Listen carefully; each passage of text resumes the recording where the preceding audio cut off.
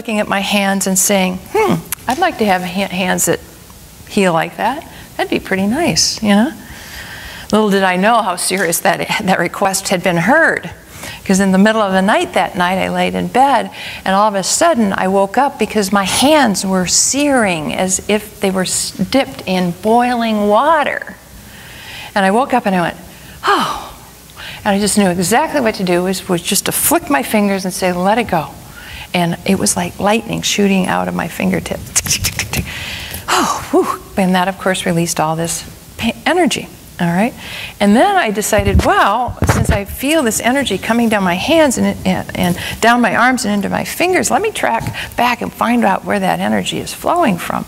All right, so I found it flowing all the way from the root chakra all the way up. At that point, I barely knew what chakras were.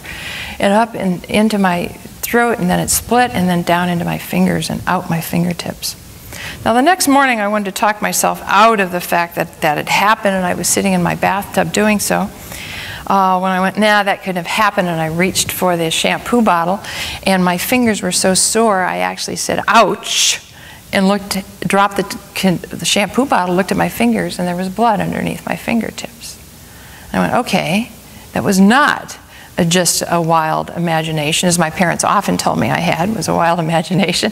It was real. My fingers were tender for multiple days. Now, it took quite a while for me to actually understand that energy. In fact, I had to call somebody up and to find out what it was called, or what it was, because I didn't even know. And I got directed to go get a book on Kundalini, and then was told that it was dangerous and not to play with it. I went, oh, great. Now that it's already exploded in my body, what am I going to do about it? Okay. And so I went deeper into my path, walking that path, observing, noticing, questioning, finding people who could hear that story and appreciate that story and guide me and direct me. And of course, meditation was a big part of that for me. Going inward and figuring out what it was telling me. Because I think the best information really comes from within us if we can stop all the head chatter and open our hearts and open all of our senses and ask, what is it the story is telling us, or what is it there for? And then about 5 years later, I started going solo canoeing. Now, I'd been canoeing for a long, long time because I used to live in Illinois, as I believe I mentioned, and I used to drive up from during my college years to go up there. And I loved it so much the very first time I went all the way up into the Boundary Waters canoeing that I just had to keep going back. I would talk people into going with me. And it came to the point when I had gone through my second husband and I went canoeing for 3 times, and he was so relieved when a girlfriend of mine just asked if she could go with me. And she went with me for 2 years. And then she and I were meeting to decide whether we were going to go on another trip, or actually she already came to the meeting knowing that she wasn't going to be going on the next trip. And she wanted to help me find somebody to go with. And I went through a whole series of crazy things trying to figure out who could go. So I made this list to go on this canoe trip. All the perfect things. I wanted them to be a vegetarian, because I was. I wanted them to be a non-smoker, because I'm a non-smoker. I wanted them not to fish, because I don't want to. And I'd rather spend my time doing something else. And the list got just longer and longer and longer and longer with all these things that I actually realized that there might be a challenge finding a partner. That I actually came up with this creative idea to do a manifest my ideal canoe partner meditation. So I got the list out, and I went to the room where I meditate, and I got the candle out, got the list out, and I sat down, got all ready, and that inner voice said, what do you really want, Cheryl? And I went, I don't want a partner. I want to go alone. And I was a little bit taken back by that. I was shocked that that's what I chose to do. So I got really excited when I realized that my inner being wanted to go to the woods alone, canoeing. So I decided I needed to get a little support from people. You ever need support in your lives? And call for encouragement? Well, I called my parents. Not because I needed approval, But because they had launched me on many journeys in the past, I was thankful to them because I was able to go spelunking and caving when I was a child, a junior in high school. Then I started rock climbing and mountaineering. So these were people who knew how to send me out the door.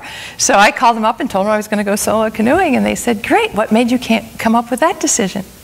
So they allowed me to share and talk about that. So they gave me that encouragement. Little did I know that the woods had really been calling me to get there, to come there, to show up. And that first time out, of course, there was a little fear. Okay? I actually got towed in and dropped off at an island, and I stood on the island after the tow had gone away going, I think maybe I could spend the next 8 days on this island. And I could go back over into the farthest corner over there, and I could spend the next 8 days making up stories about my canoe trip. But I couldn't allow myself to do that. What actually got me to go was that I heard another boat coming to drop off other people, and I didn't want to still be standing there. So I jumped in my solo canoe, which I had only used the night before. I had rented it, driven up to the boundary waters, and then realized I had not been in the solo canoe yet. And I had to go out and test it out that night to make sure I at least know how to paddle it. So anyway, I stepped into the canoe, pushed off, and started paddling. And then I started to feel something inside of me that said, "You're coming. We're waiting for you." And I thought, oh no, that can't possibly be true. But suddenly I was aware where I wanted to be that night, which was Emerald Lake. This is actually in Canada, in Quetico. And that's almost 20 miles from the place I started, and 4 portages, 4 extremely long portages. And I got through the ranger station, headed off, and the first place I got was actually a fairly short portage, and these 2 men and their young boys were canoeing the other direction. They saw I was alone, and they said, "Hey, let's help her get her gear over to the other side." They took and carried everything over to the other side and helped me put it in, and I pushed off, and I went, wow, that was easy. All right, can I expect that at every portage? The next portage I get to is long and mucky, and it had a hill to get over. And I pulled my stuff up. There was another group getting ready as well. And this young couple came from the other side, dropped some gear, looked around and said, "We're going back over the other side. Would you like us to carry something for you?" Sure. And gave it to them. And they carried it over, so I only had to make 1 trip. And I went, wow, this is pretty amazing.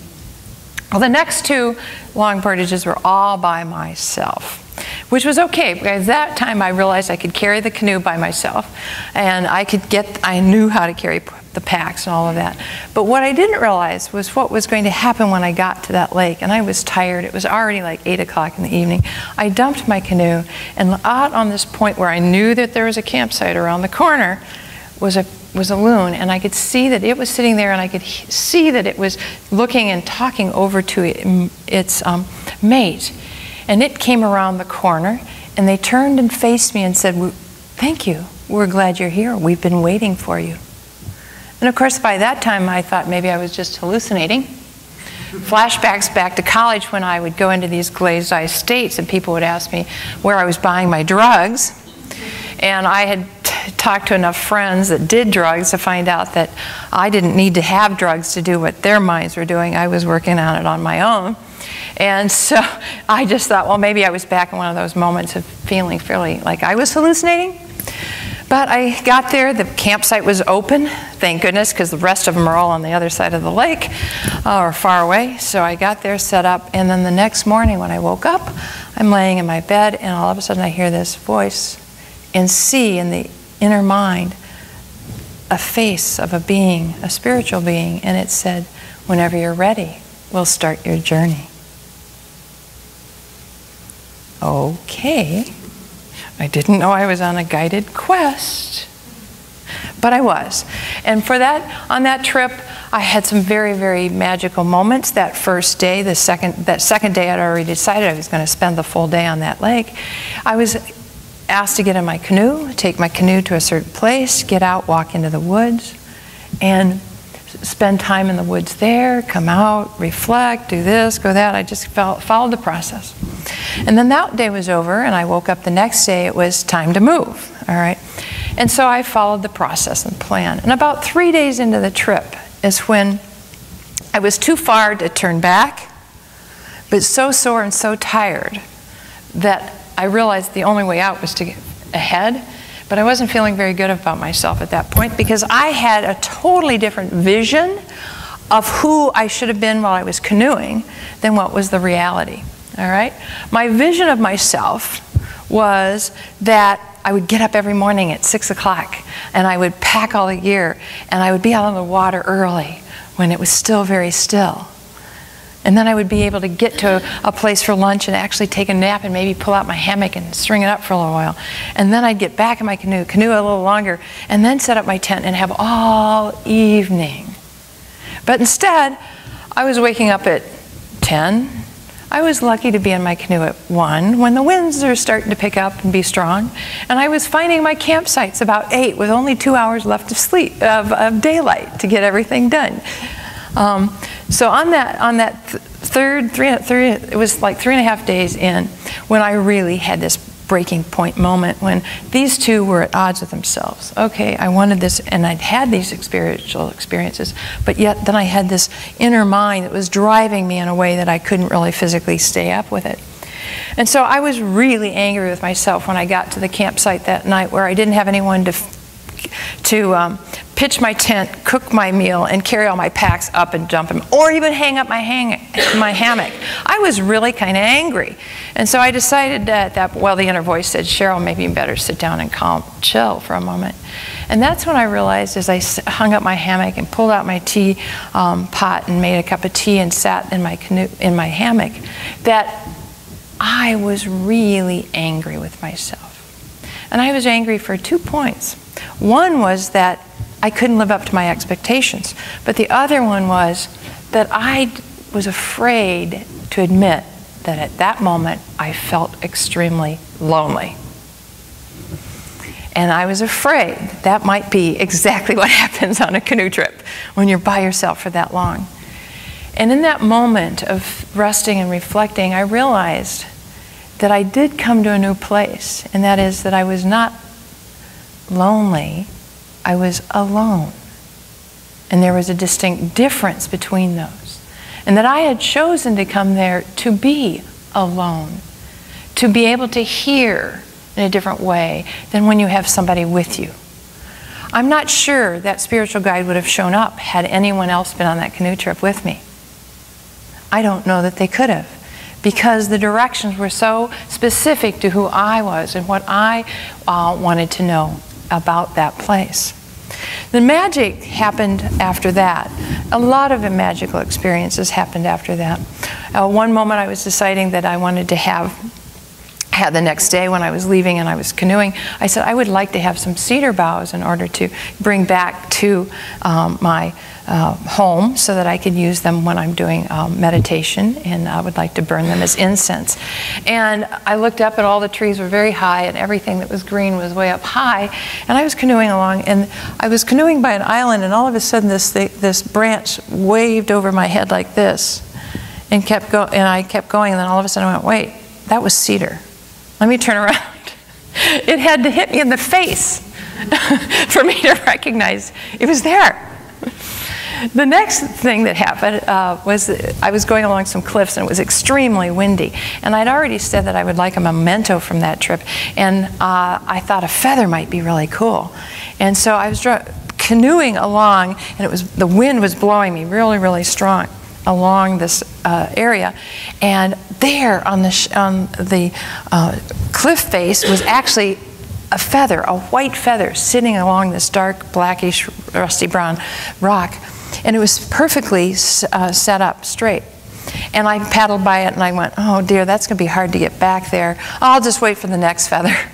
And the voice said, that one was for you. Go back and get it. So I had to make that loop around, go paddle up into the wind, and then grab the feather. Well, I'm glad I did, because now I recognize that whenever I'm in doubt of my path, a feather falls across my path, if it's the path I'm supposed to be on, to acknowledge and to encourage me. And it started with that feather. The other one that I want to share that's extremely magical, and people to this day may not believe when I tell it, but it truly happened. I saw it with my own eyes. And that is the very last day I was out in the true wilderness. I always have this tradition because I've been going through this area. I know the ranger real well, that I'll stop and spend some time with her and often stay at the cabin where she's at. But this time I wanted to make sure that I had this perfect little evening, so I found a tucked away spot on this little island that was kind of dry. It was a little tiny.